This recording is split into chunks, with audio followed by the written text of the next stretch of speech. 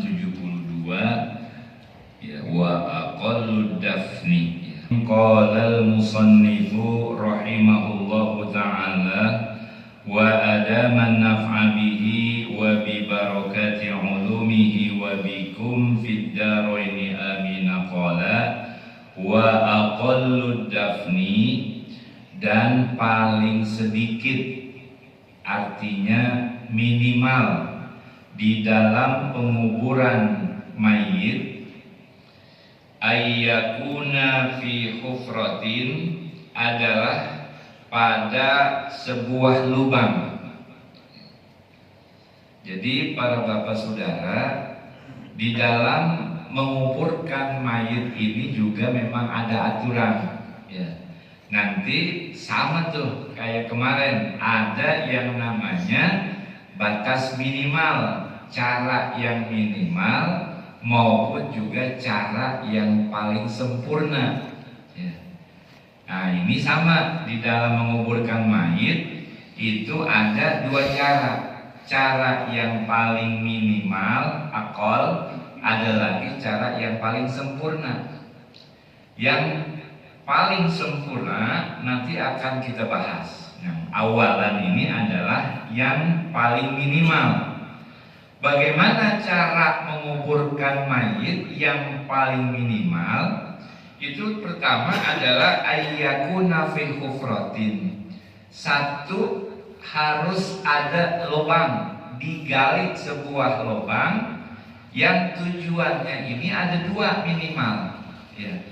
Apa? Tamna'u zuhura raihatil mayyiti, yang memang fungsinya yang pertama, menggali kubur itu minimal adalah mencegah daripada munculnya atau timbulnya bau mayit ya. Jadi kalau seandainya kita gali itu tanah, itu tujuannya satu, jangan sampai baunya mayit ini sampai keluar. Pada fungsi menggali lubang ya, itu fungsinya adalah watasuna jismahu, dan juga menjaga, merawat tubuh daripada mayit. Jadi ketika orang dikubur itu jangan sampai tuh jasadnya apa? Min aklis sibai, bisa menjadi apa? Santapan binatang-binatang buas ya. Kalau cetek kan bisa dicakar-cakar tuh ya. Maka ini fungsi dari kenapa sih harus dikubur. Yang pertama adalah untuk apa? Menjaga jangan sampai timbul atau munculnya daripada bau mayit, bau busuknya sampai keluar. Ini sama tukzilahu, dan ini adalah yang paling sempurna nih ya. Wa akmaluhu, yang paling sempurna adalah ayyakuna filahdin, adalah lubang itu nanti dibuatkan ya, satu pertama dengan ada lubang kuburnya, kemudian nanti filahdin dibuatkan liang lahat. Kalau kita bilangnya lubang landak ya. Lubang landak ya. Itu inkanatil ardu qawiyatan, manakala tanahnya itu tanah yang kuat, artinya nggak gempur, nggak lembek ya. Jadi kalau kita biasa mengantarkan jenazah ke tempat pekuburan yang memang itu kan pahalanya kan gede tuh ya, sampai 2 kirot ya, nyolatin 1 kirot, kemudian bawa nganterin jenazah sampai peristirahatan terakhir itu 1 kirot. 1 kirot itu kan seukuran 1 gunung Uhud ya. Ketika itu gunung paling gede itu gunung Mas gitu. Nah kalau kita lihat di kuburan itu memang lubang itu digali, dan sebelah barat, dinding sebelah barat itu digali lagi ke bawah, itu seukuran 50 cm ke bawah. Itulah yang disebut dengan liang lahat ya. Liang lahat ini untuk siapa? Bahasanya kalau rumah itu liang lahat adalah kamar ya. Kamar, jadi seukuran untuk mayit yang ada diletakkan di paling barat, mentok dengan tembok sebelah barat. Jadi digali lagi tuh, dipapas lagi ke bawah, ya itu bakal tempat peristirahatan terakhir daripada mayit atau jenazah. Itu kalau seandainya tanah atau struktur tanah itu kuat, artinya normal begitu. Kalau dia normal berarti dibuatkan liang lahat di pojok, ya paling nempel kepada dinding sebelah barat tuh. Ya. Ini kalau seandainya struktur tanah itu kuat, artinya tidak terjadi longsor atau terjadi lembek tuh. Ya. Wa fisakin. Nah, ini kedua, kalau seandainya tanahnya nanti bentuknya itu misalnya lembek atau longsor, fisakin dibuat seperti apa namanya? Kaca puri. Kalau kaca puri itu bisa disebut bangunan yang ada di tengah. Kalau kita lihat di kamus tuh, kaca puri merupakan bangunan yang berada di tengah. Jadi kayak kita lihat sungai, itu kan air di tengah tuh. Pinggirannya adalah bantaran. Nah, ini sama. Kalau seandainya tanahnya itu gempur, kenapa? Karena kalau dibuatkan dia di pinggir seperti tiang lahat di pinggir, dengan tembok itu akan runtuh tanahnya. Maka ketika lihat struktur tanah itu yang gempur, yang lembek, maka kita nggak bisa menjadikan liang lahat adanya di pojok sebelah barat, nempel dengan dinding kubur. Maka dia caranya kalau seandainya yang rawan gempur, yang lembek, maka posisinya ketika kubur digali, nah, maka tengahnya dibikin dalamin lagi tuh, sama kayak seperti sungai. Ya, sungai itu aliran sungai itu yang namanya tempat mayit, pinggirannya itu namanya bantaran. Nanti dinding-dinding ari nutupin daripada yang tengahnya. Gitu. Itu cara seandainya ngelihat dari struktur tanah. Kalau tanahnya kuat, maka kita buat seperti liang lahat. Pojok sebelah barat itu kita gali seukuran dalamnya 50 cm. Ayu amiko, dan juga didalamkan. Berapa dalamnya idealnya untuk sebuah kuburan itu? Qadra qomatin, seukuran orang itu berdiri. Ya. Wabastotan, dan melambaikan tangan. Jadi sekitar berapa tuh? Ukuran 2 meter lah tingginya. Artinya dalamnya itu kuburnya idealnya yang bagus adalah 2 meter. Ya, 2 meter itu seukuran berapa? Arba'atu azru'in wa nisbin. Ya, 4 zero. 1 zero itu 50 cm. Kalau 4 zero berarti 2 meter. Ya. Ini 50 kali 4, 200 bi wanisbin, dan juga setengah zero. Kalau 1 zero 50 berarti setengahnya 25. Jadi 2 meter 2 seperempat ya. 2 meter 2,5 ya. Nah, itu 2 meter seperempat berarti setengah. Ya. Nah, ini idealnya. Sebab nanti kenapa? Bisa memungkinkan bagi orang-orang yang katakanlah sekarang ini menjadi permasalahan dengan keadaan tanah kuburan itu terbatas, ya, terbatas. Maka nanti bisa jadi tuh dalam satu kuburan itu bisa menempati beberapa mayit atau beberapa jenazah, meskipun nanti ada beberapa permasalahan yang akan kita ungkap. Ya. Itu yang paling ideal. Jadi ketika penguburan yang paling bagus adalah dalamnya itu paling kagak 2 meter. Kalau lebar nanti disesuaikan, karena kita nggak bisa pastikan, apalagi dengan kondisi sekarang. Ya. Nah, ini yang disampaikan oleh para ulama ketika kita menggali kubur itu idealnya adalah yang paling bagus 2 meter seperempat.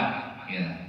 Wajibu, dan wajib juga ayyuja'al mayitu, artinya jenazah ini, mayit ini diletakkan tuh fil qabri, di dalam kuburnya, ala jambihi wujuban, ya, dengan menghadapkan kepada apa tuh? Wa ayyu wajhil kiblati, dan dihadapan kepada kiblat.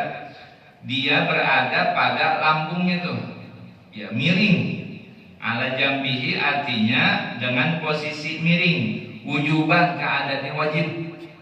Makanya kemarin ketika terjadi, mohon maaf ya, ini kasus paling bagus apa? Ayyakunal ittija'u alal jambil aiman. Artinya yang paling bagus sunnahnya miringnya dengan menggunakan lambung kanan. Kalau lambung kanan berarti kepala kita berada di sebelah utara, ya, kaki kita ada di sebelah selatan. Karena lambung kanan nih, ya, lambung kanan berarti adanya di bawah.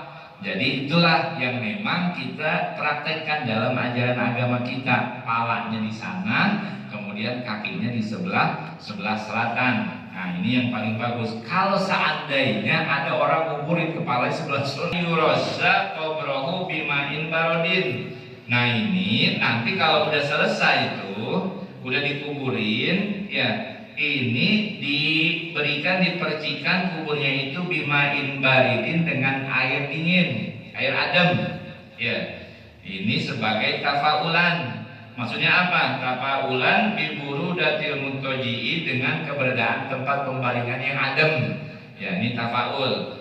Boleh tidak kita menggunakan air mawar? Boleh. Tapi kalau kebanyakan hal menjadi makruh. Kalau kata Imam Nawawi, ya. Kalau seandainya sedikit aja boleh, ya, artinya nggak apa-apa. La ba'sa biqalilin min ma'il waradi. Nggak ada apa tuh sedikit jika menggunakan air mawar, ya. Kenapa? Di annal malaikata tuhibbur raihata thayyibah. Malaikat itu demen dengan bau-bau aroma-aroma yang wangi, ya. Tapi kalau dari Imam Nawawi, kalau kebanyakan nanti menjadi hal yang makruh, ya. Dan juga setelah selesai, ya, diuruk nanti itu ditalkinkan ail mayyiti kepada mayit.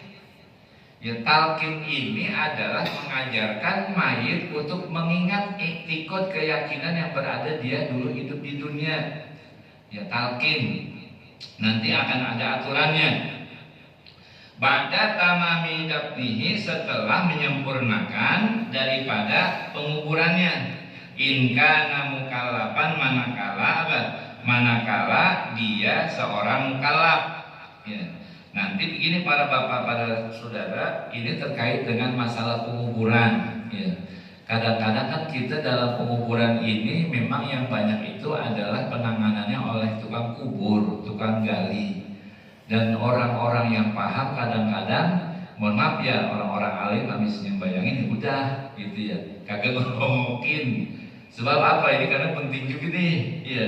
Apalagi ketika orang tua kita yang meninggal, atau juga misalnya dari keluarga-keluarga kita, anak kita, kan kita juga pengen biar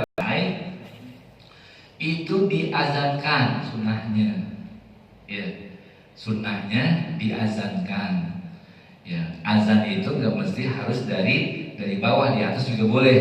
Ya, yang penting diazanin, habis diazan selesai dan juga dikomatin. Ini sebagai tanda ketika kita juga awal lahir diazankan dengan kalimat-kalimat tauhid. Maka ketika kita pulang juga diazankan tuh. Nah, ini memang ajaran-ajaran Nabi tuh. Ya, setelah itu baru ditutup dengan apa namanya? Dinding ari, papan, ya. Papan ini biar rapet upayakan. Jadi semuanya kalau bisa tuh didabelin, atau juga misalnya ada apa namanya tikar pandan yang mudah, nggak apa-apa tumbukin. Biar apa? Dia tuh nggak kemasukan celah-celahnya daripada tanah, ya. Jadi dia tuh tetap aman posisinya, kecuali kalau memang ternyata pada saat di tengah penguburan itu katakanlah longsor, itu harus dibenerin dulu, ya. Kalau di tengah penguburan lagi dipasang dinding airnya, misalnya longsor, harus dibenerin.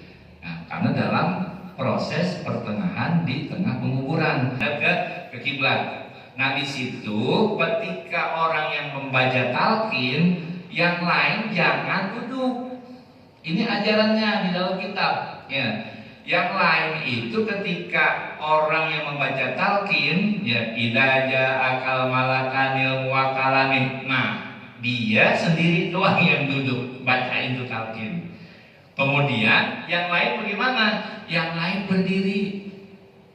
Takziman, menghormati itu.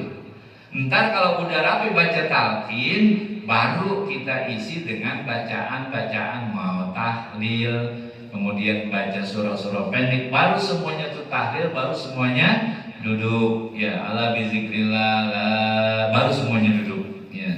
Dan yang terpenting adalah kita doakan sabbatakallahu bil qaulis sabit. Kenapa? Karena dalam isi daripada talqin itu adalah mengajarkan mayit tuh.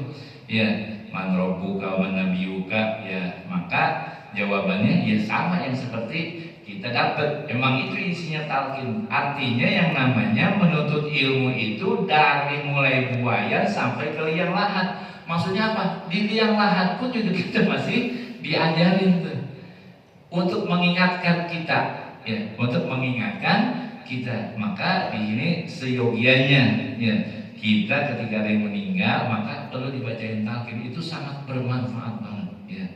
Sabbatakallahu bil qaulis sabit. Semoga Allah meneguhkan, ya, keyakinanmu ketika ada dua malaikat, ya, yang datang. Itu dia yakin jawabnya Allahu Rabbi wa Muhammadun Nabi wa Qiblatu Imami wa Quran Imami. Kemudian ini dijawab semuanya sebagai bentuk dari ikhtiar. Nah, wa ala sayyidina Muhammadin wa ala alihi wa sahbihi wa sallam walhamdulillah.